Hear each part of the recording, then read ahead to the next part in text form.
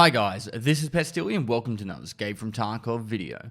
In this video I'm going to talk about the latest podcast, TarkovTV number 8, and it involved a lot of streamers. This initially started off with Dr. Lupo, Deadly Slob, Cotton, Sakharil, and Summit 1G, and then later on Moses, Jedi Red 7, Veritas, Ghost Freak, myself, 41, and I'm sorry if I missed anyone else, there were just so many people. And it was pretty much just an open forum for us to talk to Nikita and just discuss things in the game at the moment and where the game's at, and then there was some leaks as well. So I'm going to cover all those things. So guys, without further ado, let's crack straight into it. Now, there was a lot of back and forth and just different points that were brought up over the whole podcast, and some of them overlapped. So I don't really want to just go back and forth on how it all went like that. I'm just going to stick to some of the main points that were spoken about and bring up the major topics and Nikita's point on these ones. The very first one that we should address is the servers. With this whole podcast, they actually enabled the drops again, and due to that, the servers skyrocketed up to another 150,000. I think 150,000 concurrent players were alive in Escape from Tarkov during the actual podcast itself, and there was 140,000 watching the podcast on Twitch. The major reason I think behind the massive quick influx was they also gave out 1 million rubles to every single person in the game. You should have it by now. I think you've got about 2 days to claim it. So if you're watching this video, you've probably got about a day to a day and a half left to claim it. Now, that is to say sorry for all the stuff ups on the servers on the weekend. And whilst the podcast was going, the servers went down again. And nearly for the entirety of the podcast, Nikita said at some of the points there was over 100,000 people logged in. And I'm fairly confident on the weekends this is the common number that they're sitting on, around 100,000 concurrent players, which is incredible for a game that's made from a small company in Russia. Problem is the servers are really struggling. I've had conversations with Nikita about it in the past, and he spoke about it in a fair bit of depth in the actual podcast itself. The servers, they are actually holding enough servers now that it should be able to hold everyone that's playing the game. However, it's getting to a point where it's critically failing, and they're working on trying to solve all the issues on both the server end and their end. It's not as simple as just adding more power and servers now. It's actually there's coding issues that need to be addressed to get to that point.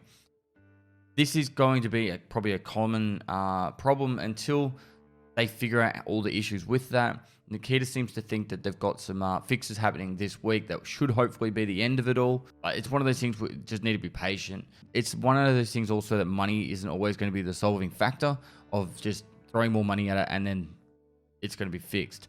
You could have 1 million servers in the world. If there's still coding issues that are causing these critical failures, then it's just not going to work. They did the actual 1 million rubles to everyone to say thank you or sorry, and for people's patience, and they're working on getting it fixed. Now, personally, I still don't know why they would do a drops event. It was only on the Battlestate Games channel, by the way, and if you did get a drop, it doesn't have to have... Sorry, if you watch the whole podcast, you don't necessarily get your drop straight away. It could be within a day. There is some delay for some people. That was deliberate, so obviously there wasn't too much pressure on the servers. I just feel like you're flirting with fire in Battlestate Games with this one, because I feel like there's already such issues with servers, and then you're just chucking a massive... It's not a massive event. It was really a small event, but it's still an event that's going to really put pressure on an issue that they're already struggling with. But I don't think there's too much of a fallout because people like free shit. So it's just how it always is. So that was the first major talking point, and they went over lots of other random things from that point onwards. And it was very wishy-washy because it was a lot of different points. I'll touch on the thermals probably first. With thermals, there was a lot of points brought up about how thermals are OP, and there's issues in the game within the thermals. The main point is it's too accessible. There needs to be different ways, because it's at the end game when everyone's it's 5 months from now, 4 months from now, and when the wipe's about to happen, everyone's just going to be running a thermal, and there needs to be ways to either control this by having it just found in raid, or having points nerfing the actual thermal themselves, so they're not just a strong, powerful item in the game. It's an interesting topic. I don't really seem to run into thermals that much, or if I do, I die to them and I don't even realize I had a thermal. It might be just an issue on certain maps that I don't play, because I mostly just play reserve, customs, and factory at the moment, and interchange. And interchange at the moment, like the thermals don't really work that well. So it could be just the fact that I don't run into thermals that much to feel like they're a problem. I know when I do use a thermal, they are very strong, but that doesn't mean that, you know, because they're strong, they should be just nerfed. I'm still unsure where I sit with the whole thermal debate. Sakura brought up the point that in a fight, if you had a thermal and you didn't have a thermal and you were fighting yourself, who would win that fight? It's a very valid point, but at the same time, if I had many items in the game and on the other side I didn't have many items in the game and I fought myself, I'd probably still win majority of the times with the, like, you know, the better items. So it's one of those things where I did a little poll during the end of the during my stream after the podcast and said, how would you like the thermals to be changed? No change at all, some small minor tweaks, or fuck them off from the game. And it was like 60-something% said small minor tweaks. So there is a cry out there that, or not a cry, like a fair few people out there that wanted more minor tweaks, and I think that's probably the way it should go. Obviously this is Nikita's choice on how they do it, but there is the option that it might just become found in raid. And there was a lot of talk about changing the traders to, and this is pretty much the next topic, they're changing the traders to be so they don't have, you can't sell stuff from a trader on the flea market.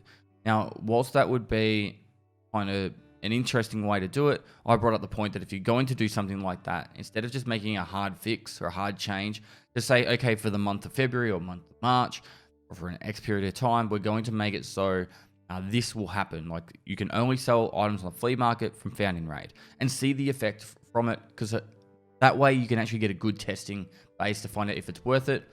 Deadly Slot brought up the point that maybe having, instead of a quantity on a trader, having an allocated amount per person that you can buy. But there's no longer like 10,000 rounds sold from, 995 from Peacekeeper. It's just that everyone can buy 200 rounds for a certain price per reset. And then if you wanted to sell those on the flea market, you could use them as well. Then it's pretty much that point, whereas you can either use the flea market to have extra by buying from other people, or from the stuff that's found in raid as well that they wouldn't be flipping, or you could also not level up your traders at all and still have access to buying these items without the the worry that you have to always level up to be able to use an item, given the freedom of the flea market that it gives us today. I think it's a really interesting topic. The major point to take from it is Nikita does want to make some changes to the actual flea market and how items are sold, and we don't know exactly which path it's going to go down, but it did seem pretty keen on giving it a try, on having it either found in raid only, or at least something like Deadly Slob said. I understand that if it goes down either of those paths, there's probably going to be a fair bit of coding, so it's not going to be something we're going to see like overnight. It's going to take a little bit to actually come into play. Very briefly, the point of climbing ladders came up. Unfortunately, Nikita wants to add climbing ladders to the game, particularly on those big sniper spots on customs and that. There's an issue with level of detail, and you could be able to see through most of the map because it's not really programmed or made to be seen from such a high point. So at the moment, we're not going to see anything cool like a giant ladder going up to one of those big towers to see over customs, but it would be cool. He did speak about the expansion of customs going from old gas to construction, which would be nice to see. That would really open up the map. I think it could go really wide if they really wanted to, and that would be awesome. Because right now it's very choke pointy through that main corridor. I really like bottleneck, not choke point, bottleneck there. And I think that would be really cool if they did expand it that wide and gave the option people go either way around. I think, yeah.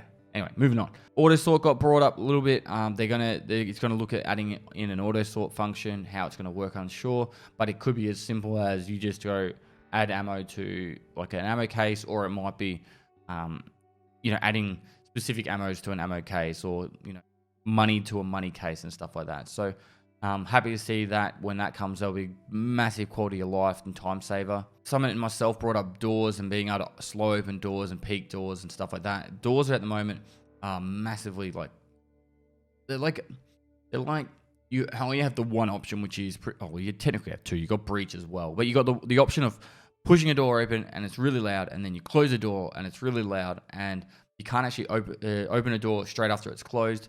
Someone did say if you double tap your inventory, you can actually open the door a lot quicker. So that's probably an option if you didn't know that already. I didn't know that from that.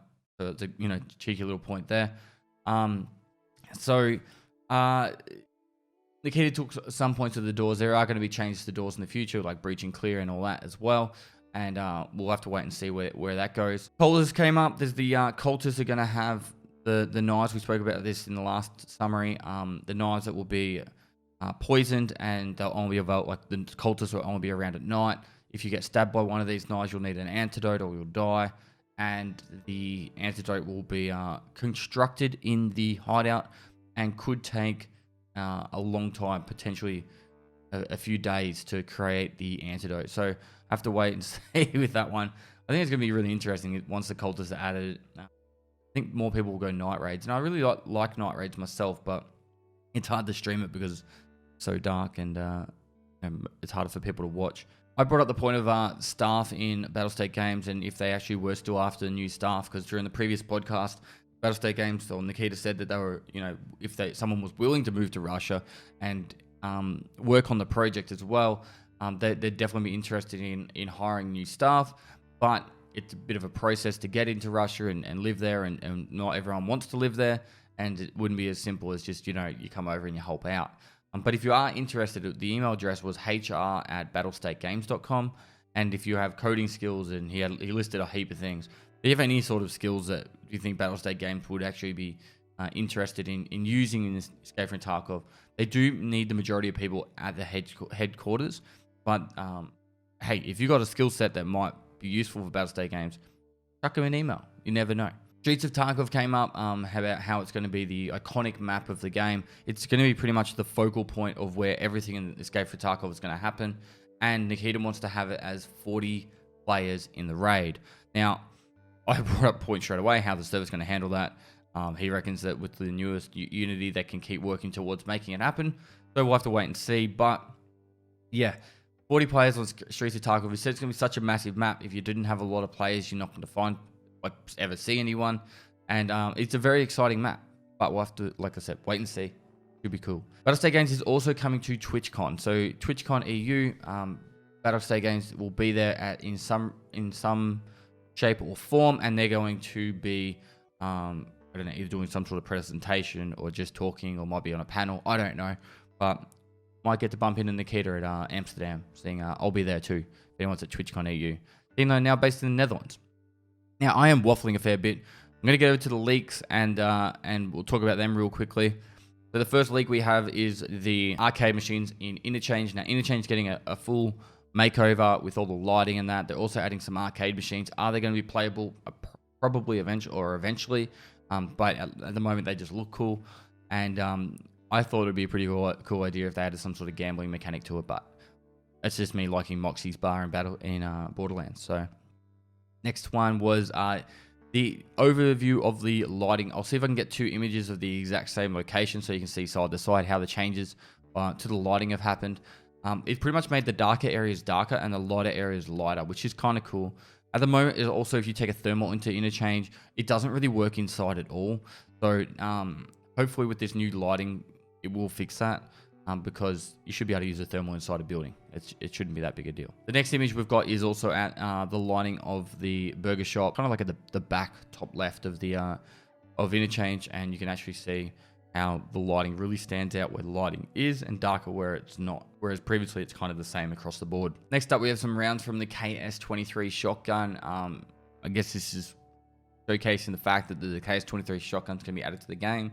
I don't know the actual, what the colors of each of these shells mean, but I would imagine there'd be different kinds of slugs, buckshots, and could potentially be a lead round on the left.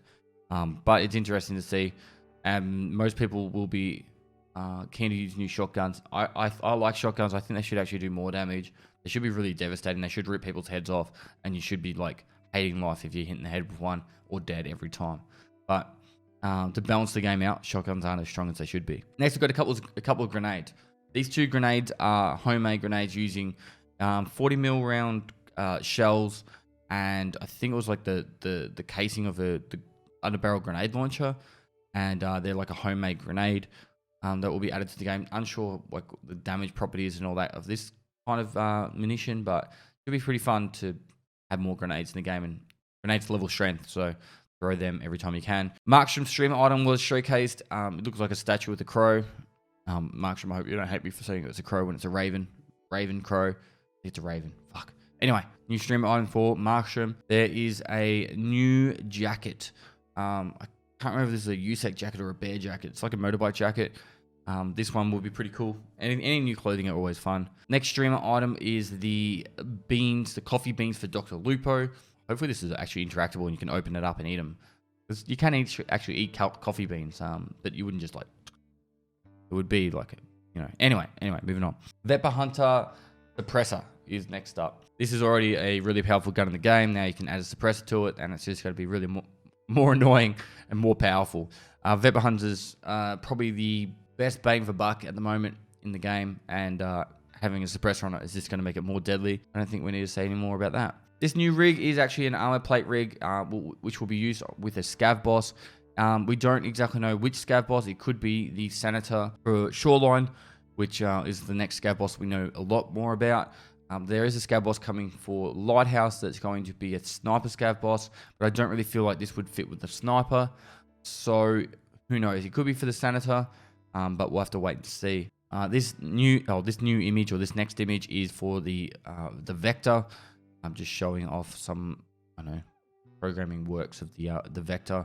Next we have is a 300 blackout suppressor. I'm pretty sure this is a SIG suppressor. Can be used with AR rifles at it's like a 5.56 casing with a 300 or .30 projectile. I'm going by memory, and what people have told me, but it's going to be really exciting for a lot of people. So I'm really glad that people are excited over a new suppressor and I guess a new round that's going to be coming out.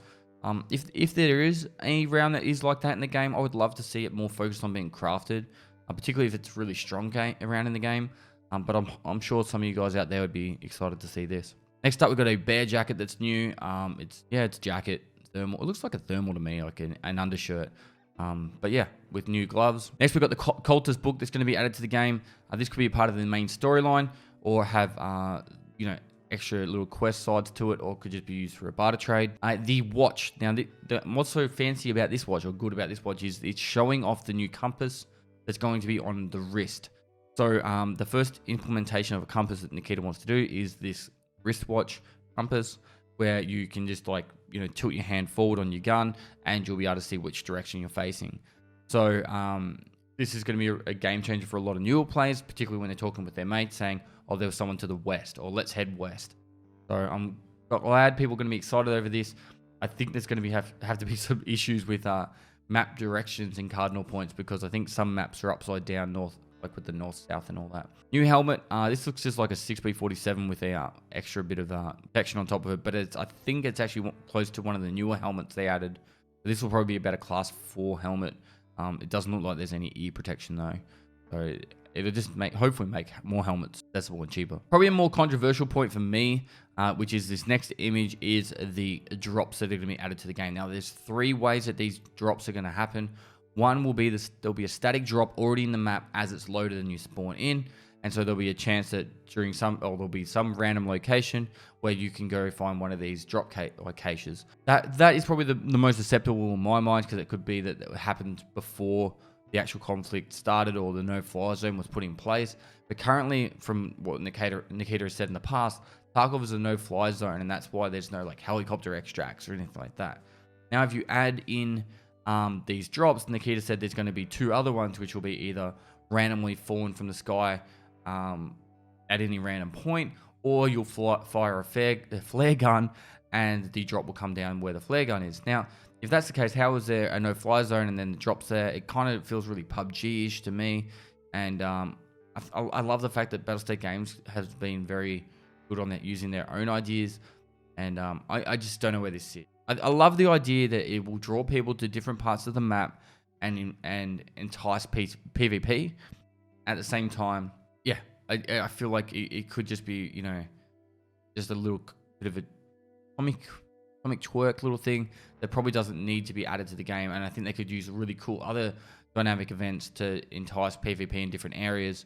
So yeah. Now next up, we've got a lot of armor plating.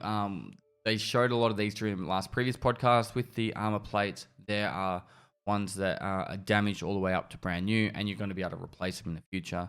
The kid is really excited for armor plates in the future to be involved in like all the rigs that you make, and you actually customize all your rigs, and that will be the way that all the rigs will happen in the future. But until that happens, there's going to be a mixture of the new ones that are going to be coming out plus the old ones for quality of life of people being able to make a rig or just be able to quickly chuck a rig on to go to a raid and not have to worry about changing plates and all that stuff until the system's perfectly in place.